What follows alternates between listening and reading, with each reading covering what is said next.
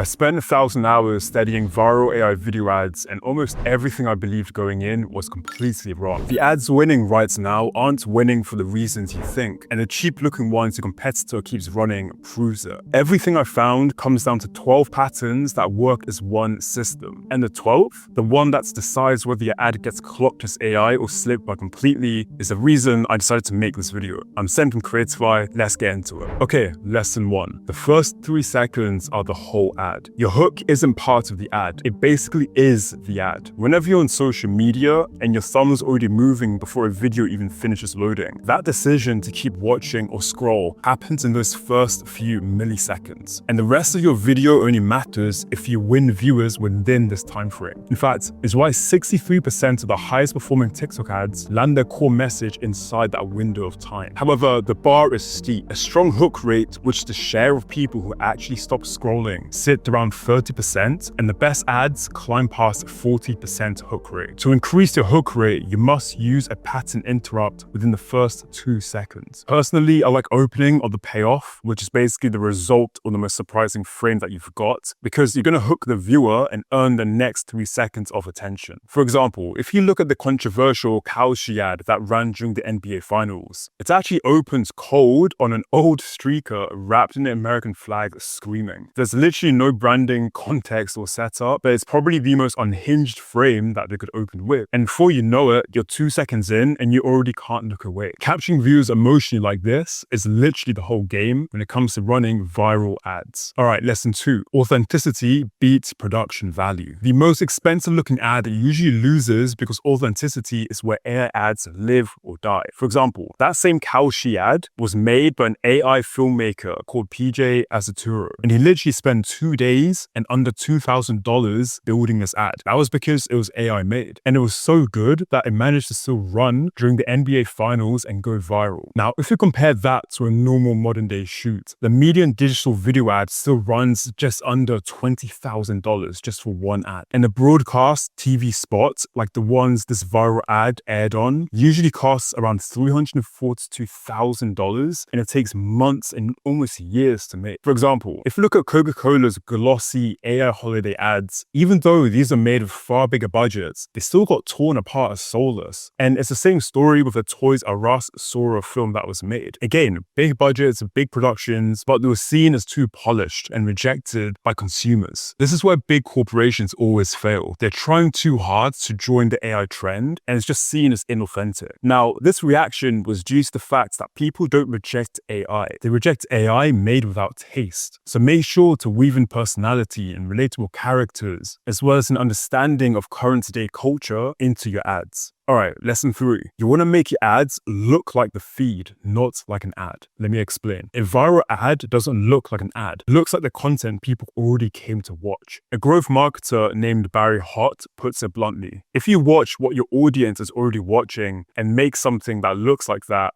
you're going to be good. Now, this literally shows up in the stats as well. 73% of e-commerce video ads actually die in the first 1 to 3 seconds because they look like ads. That's why the format winning right now are UGC, user-generated videos. Now, these are ads built to look like a regular normal person filmed them, not a brand. It's how Savannah Sanchez runs an agency shipping over 200 ads a week with an army of UGC creators. Almost all of their videos are shot on a phone to look like a normal feed, not some high-budget commercial. If you match your videos to the social media platform's codes, formats, even the ways everything's being filmed, then you're already ahead. Keep your shots to vertical handheld footage, natural lighting, talking is just normal and straight to the camera. If there's any viral trending sounds, make sure to incorporate them into your ads as well. Once you've created your AI ad, take a step back and ask yourself, can this pass as a normal post from a friend? If it's yes, great, it's ready. But if it's not, then you need to keep working on it. Because once the viewers see this, they will also just scroll ahead. Alright, lesson 4. Don't use AI to replace the human. Use it to multiply them. The brands losing with AI ads are the ones that deleted any kind of human DNA in their videos. There's a creative strategist called Dara Denny, and she's very blunt about her feelings about this. Nearly every brand still gets punished for full AI avatars, which really only work for voiceover on teaching content, is what she says. So instead, Instead, you want to point AI at the heavy lifting. Look at the research, scripting, creating variations, B-roll and voiceovers. That's where you use AI. Agencies winning right now actually run a hybrid AI workflow. They use AI to get the volume and real humans for the moments that have to be trusted, just like a normal UGC testimonial. So make sure to always keep a real, relatable human wherever the viewer has to trust a face. However, if you do go fully AI, your whole job now focuses on achieving consistency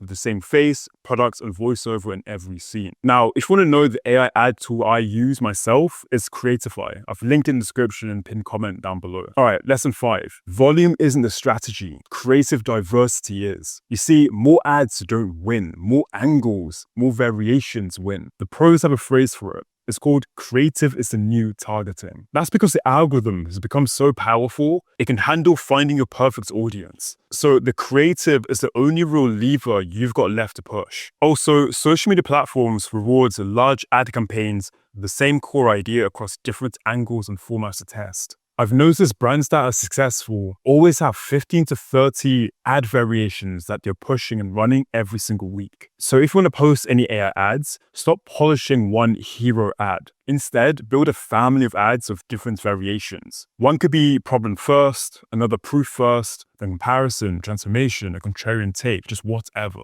Then you want to split test and let the algorithm crown the winner. Here's a quick tip when it comes to ideating ad angles. You don't have to invent them. The best ones are already sitting in your own reviews, your comments, your DMs. Just look at outliers on your social media platform. Then look at the comments of your posts and your competitors and look at what people complain about, the fear they keep repeating, the things they wish that your products fixed. Every one of those is an ad angle. And the better you know your customer, especially their psychographics, the more incredible ad angles you're going to spot. In fact, generating that many ad angles is exactly what AI ads are strong at, since they're super cheap to create and run. Okay, now for lesson number 6. Only about 5% of your ads will win, so test like crazy. Even the best media buyers are wrong way more often than they're right. They just test at massive amounts of volume so that they can find the right ad angles. If you look at the numbers, you'll see that across more than 500,000 meta ads and over $1 billion in ad spend, only around 5% actually become real winners. But here's what actually messes people up. A high hit rate can actually mean you're playing your ads too safe. You need to experiment a lot more. So treat every ad like a cheap bet, not some masterpiece you have to perfect. Run a batch at once, give them all the same window, like 7 days for example, and then look at one number, the cost per acquisition. Whichever ad pulled in customers for the least amount of money, that right there is your winner. So stop the rest, throw your budget behind that one ad and spin it out into more fresh angles to experiment with. And then just rinse and repeat that process. Honestly, AI is the only reason you can even play it this way, because it drops the cost of a single bet low enough to keep firing. It's literally impossible for you to pick your winning AI ad up front. You have to test your way into realizing what it can be. Okay, so everything up to now has been the ad you can actually see. But now I want to explain the system these top AI ad brands are running, because no one talks about these strategies. And in fact, the last lesson 12 I'm going to share, is a thing that decides whether your ad gets clocked as AI in a second and scrolled away, or gets people to lock in and watch your ad all the way through. Okay, so for lesson number 7, a winning ad is a skeleton that you can actually reverse engineer. Let me explain. You're not meant to invent the ad. You're just meant to reverse engineer already proven concepts. Almost every viral ad runs the same skeleton. There's a hook, a problem, solution, proof, and then a call to action. The thing is, the human brain trusts patterns that it recognizes, and psychologists call it the mere exposure effect. If you find an ad that's already winning in your niche and map it beat by beat, for example, find out about the hook. Where's the hook? When does the problem hit? Where does the proof land? Write all of this down to a Google document, then rebuild that exact skeleton with your own product. Now you don't need to guess what makes a viral ad. This is the exact job you can hand to AI. In fact, Creatify's agent is built for exactly this. You just ask it to pull up an ad that's already winning, whether it's yours or a competitor's, and it breaks the structure apart, the hooks, the pacing, where the call to action lands, then it rebuilds that same skeleton around your own product. This saves you so much time, because the reverse engineering that we just walked through is literally done in a few clicks.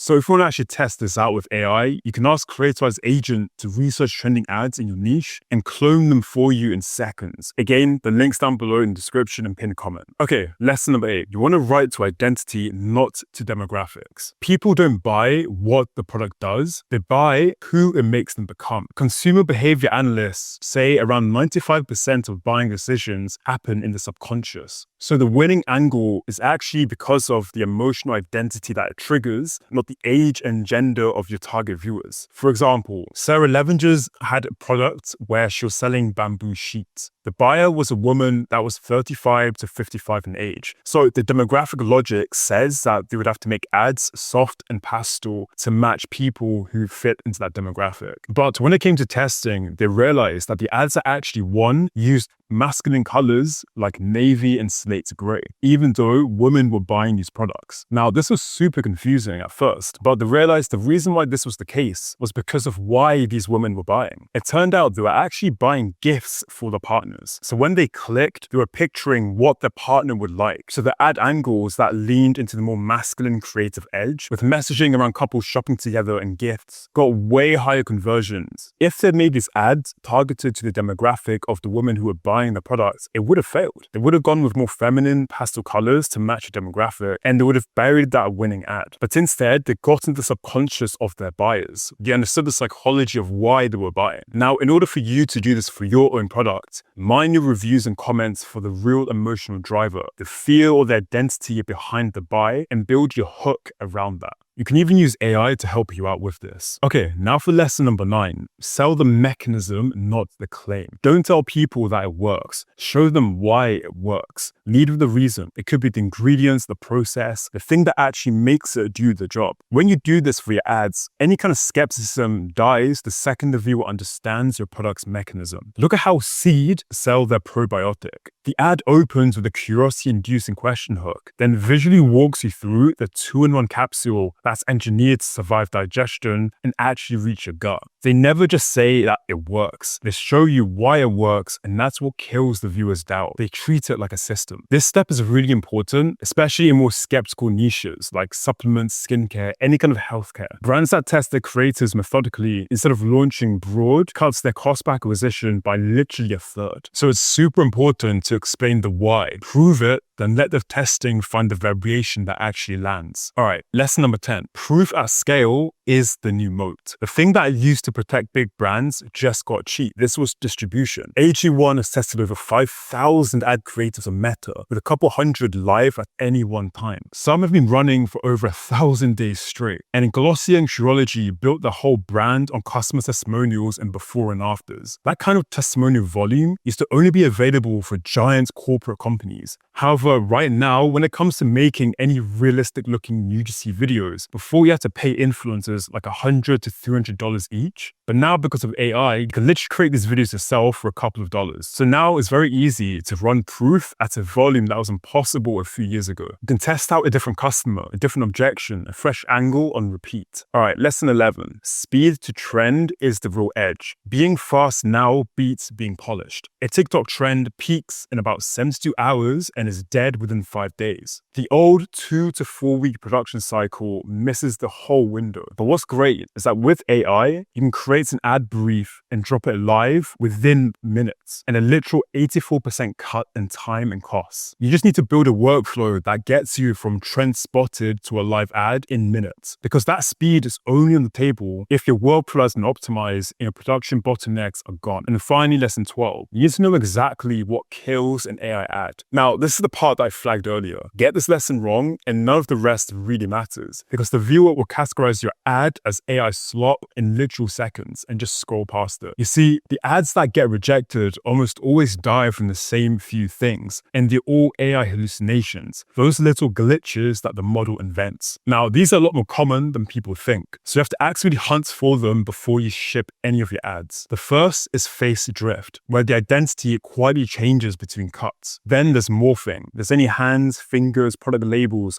that shift and just look weird frame to frame. And then there's also the generic AI face that turns up on every brand. Not fixing problems like this is the exact backlash that the Coca-Cola ad in the Toys R Us film got, because they completely messed up, even though they had a bigger budget. And that was why consumers just call those ads AI slop. So before you ship, run a quick checklist. First, lock a character reference sheet up front so the same face carries across every cut. Keep the product identical and make sure the voice carries real emotion, not some flat robotic rumble. If any of these rules are broken, then just regenerate your scene until it looks on point. Alright, so here's a quick recap. 1. The first 3 seconds of the whole ad. 2. Authenticity beats polish. 3. Look like the feed, not an ad. 4. Use AI to multiply your team, not replace it. 5. The more angles win, not more ads. Number 6. Most ads lose, so test, and test some more. Number 7. Don't invent the ad. Just reverse engineer the viral ads that are already winning. Number 8. Write to customer psychographics, not to demographics. Number 9. Visually show why the product works, don't just make claims. Number 10. Proof at scale is a new moat. Use customer testimonials and results. Number 11. Speed to the trend is the real edge that you have. And 12. Know what kills an AI ad and kill it before you post. I'm Sen from Creatify. If you want more live examples, check out other videos on this channel and check out Creatify to build one of these ads today. Links in the description and the pinned comment.